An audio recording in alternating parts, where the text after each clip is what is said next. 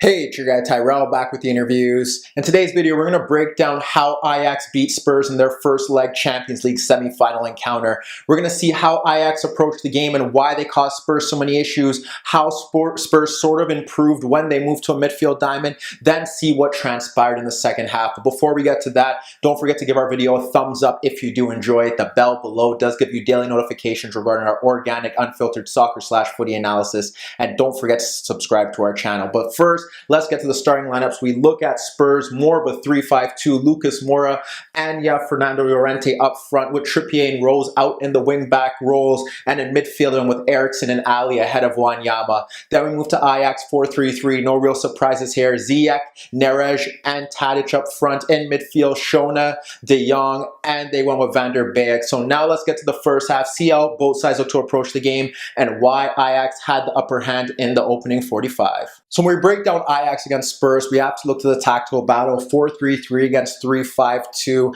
Basically, Spurs here going with an extra defender due to the personnel that they did have at their disposal. Son was suspended. When you look at the 3-5-2, it kind of works out into Ajax's favor. Obviously, Spurs are trying to combat with them in midfield, but Ajax did hold up well. From a defensive aspect, they pressed from the front, and they were able to bring their front three too close to center backs. They pushed the wing backs higher, and in midfield, they had Van der Beek sitting on Wanyama, and then they could throw De Jong and Shona to Ali and Eriksen if need be. What we often saw was sometimes we'd see Ali drop in to help Wanyama and Shona would drop off there to ensure that that wasn't a route to goal for them. So Spurs were struggling to build out of the back. They were constantly pressed. Wanyama was often pressed by Van der Beek, and Van der Beek was looking to push forward and behind them. And they really struggled to create chances here. When you think about it, a lot of their chances did stem from Route 1 play, where we saw long balls into Llorente.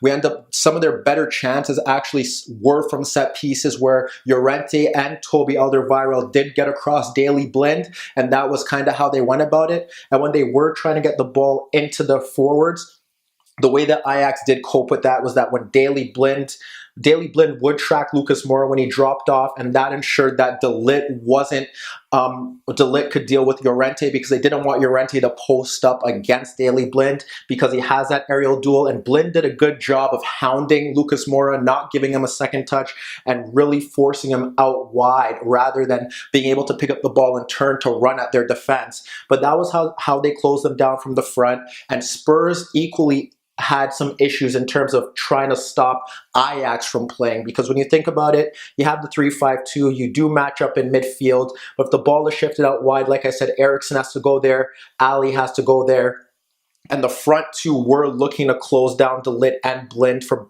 building out the back. Blind played some quality forward passes into the attacking players, and what we often saw was Frankie dropping in and making it a 3v2, and they didn't really know how to go about it. As the half wore on, we did see sometimes Lucas Moura step out to him, and we'd see Eriksen push out to the center back, and that's how they try to combat that.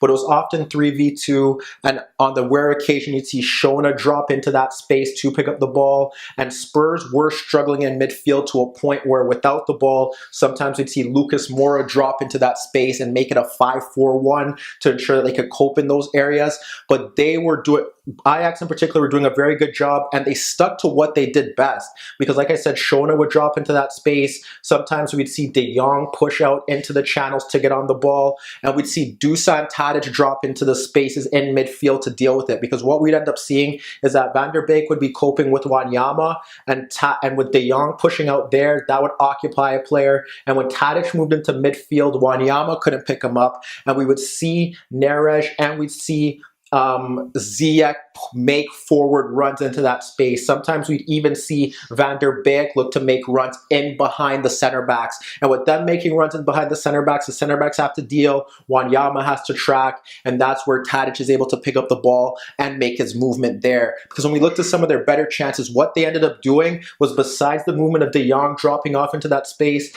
and Tadic moving into the space right here, you would see often the overload. You would see Neres drift off to the same flank as Ziyech. You'd see Ziyech move over to Neres' flank to ensure they could have those two on the same flank, and they would try to switch it over to Tagliafico, who would push forward, because they would look for that constant switch, because like I said, Spurs lacked the wide players. They were often being dragged into that midfield battle, and they can make that quick switch. Because when we look to the build up to the goal, we see Ziyech switch the ball out to Nerej, who's able to run at Trippier, and then he drops it off to Shona, and Shona plays it back to Ziyech, and he makes the pass in between the defenders for Van der Beek, who, like I said, if he wasn't on Wanyama, he was looking to break him behind, and he broke him behind, was able to fool Lloris and place his effort past him. Shortly after that, we see again the ball switched out to Tagliafico, and with the ball switched out to Tagliafico, that forces Trippier to step to him because Eriksen is caught in central midfield. And what we end up seeing there is Nerej making the run off Toby Alderweireld. We see Van der Beek looking to make the run off Sanchez, and then you see Tadic trying to make the run off Rose. And when you have Trippier play that ball into Van der Beek, he instantly pokes it in between Toby and Davison Sanchez for Nerej. And when he plays that ball across, Rose tracked it well to clear his lines. But like I said, just like that, they're finding those outlets. They're making those runs. Spurs can't cope. We do see at one point Van der Beek track the run of Wanyama, win it. And then you see Ziyech and Nerej make that move into that space. And it drags out Rose, Wanyama, and Vertonghen. And they poke it back to Shona. And who does he switch it to? Tagliafico. All the Spurs players were dragged into that space. He's able to push forward as well. Final opportunity that I do want to stress out here is, again, the ball switched out to Tagliafico. Trippier does step to him, and what happens here is that Van der Beek drags out Alderweireld, and the ball is poked into him. It's played into him, but he dummies it, and it falls to Tadic, and Tadic pokes it again in between the center backs. You have the run into the half space. He fires it on goal. Lloris makes a good save. But like I said, the movement was there. They were able to get this ball switched out. You have runners making darting runs into that space. De Jong finding space from deeper positions, and that's how they went about things. But when Spurs moved to more of a midfield diamond, we did see them kind of get back into the game. Vertonghen was forced to leave, and Sissoko was put on. So now you had Sissoko and Eriksen as the shuttlers. You had Ali playing a bit higher, and now that forced a bit more pressure on De Jong because now there was a 4v3 battle in midfield. What you would see is Van der Beek did stick with Wanyama, and then you'd have De Jong, who would sometimes be forced out to Sissoko, and then you'd have Shona with Eriksen. When De Jong was forced to move to Sissoko, Shona did a good job of drifting into that space to cover it for him, and then if the ball moved out to Eriksen, that's how they would interchange there. But what would happen was that when De Jong did make that move, if Ali was pushing forward, they would try to get Veltman, or they would try to get Veltman out into that space to deal with it, or if he moved out to Tagliafico, that's how they would do it. They would push a fullback narrow to deal with Ali's threat, and then they would have the center backs occupy their mans in that manner. But like I said, that was kind of how they went about things. Spurs never really harmed them following that move in the first half, but it did see them fix the issues that they had in midfield, and they kind of settled much better. But Ajax was superb in that opening period of the first half. So now let's get to the second half, see if the midfield diamond made any significant changes and how Ajax were able to hold on. The second half in particular was very dull, not too many chances that was constructive. We look at Ajax, probably should have held the ball on more longer, probably should have hit them on the counterattack, but Spurs did make a change because of the 4-4-2 diamond. And what we ended up seeing here was that Rose and Trippier were pushing a bit higher, and we did see something of the norm where Sissoko would drop off into a deeper position, and that did force Ajax a bit narrow, because what happened now is that with two center backs, what they would do was that they'd have Tadic step to one, and then they would have the wider player look to get to the next center back and cut off the pass to the fullback, and vice versa.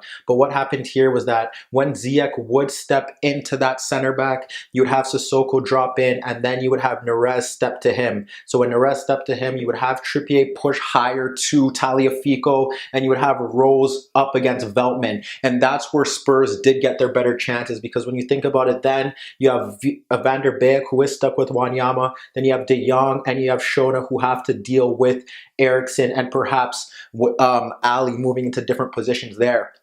When you see that happening now, Spurs' best chances did come from the wider areas, but they lacked the quality in those areas to make the difference, and they did kind of play a bit too direct, trying to get to Llorente, trying to get flick-ons to Ali, breaking in behind, but nothing was really working. Too examples in particular, you see Rose play the ball into Ali and he plays it out to Lucas, who gets a touch around Blind. And then we see the run of Trippier running at Tagliafico because Neres is caught high. And what happens there is that his cross does meet Dele Alli breaking into the box, but he nods it wide. Then from a throw-in, you have Eriksen guided it. You have the ball thrown into Llorente, who guides it to Eriksen. The switch is on again because Ziyech is caught.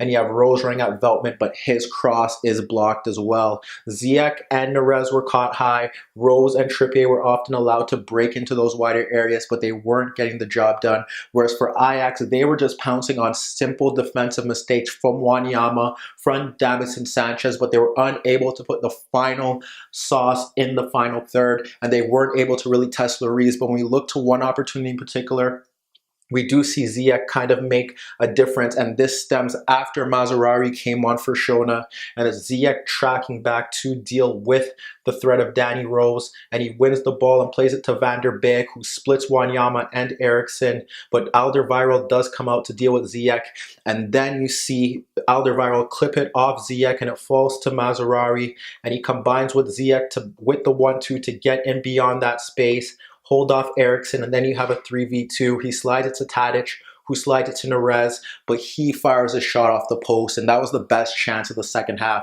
So in the second half, we did see the fullbacks get a bit higher for Spurs, but lacking that cutting edge in the final third. And when they did turn to their bench in Foyth and in Davies, they didn't offer the attacking verve that Trippier and Rose offer you, and then again, those two lack the quality in the final third to make a difference. So in this game alone, Ajax were superb in the first half, and they stuck to what they do best, the overlapping runs, basically getting Tadic to drop deeper, getting runs in behind, and then getting De Jong to ensure that he can control the midfield from a deeper position, and Spurs didn't know how to deal.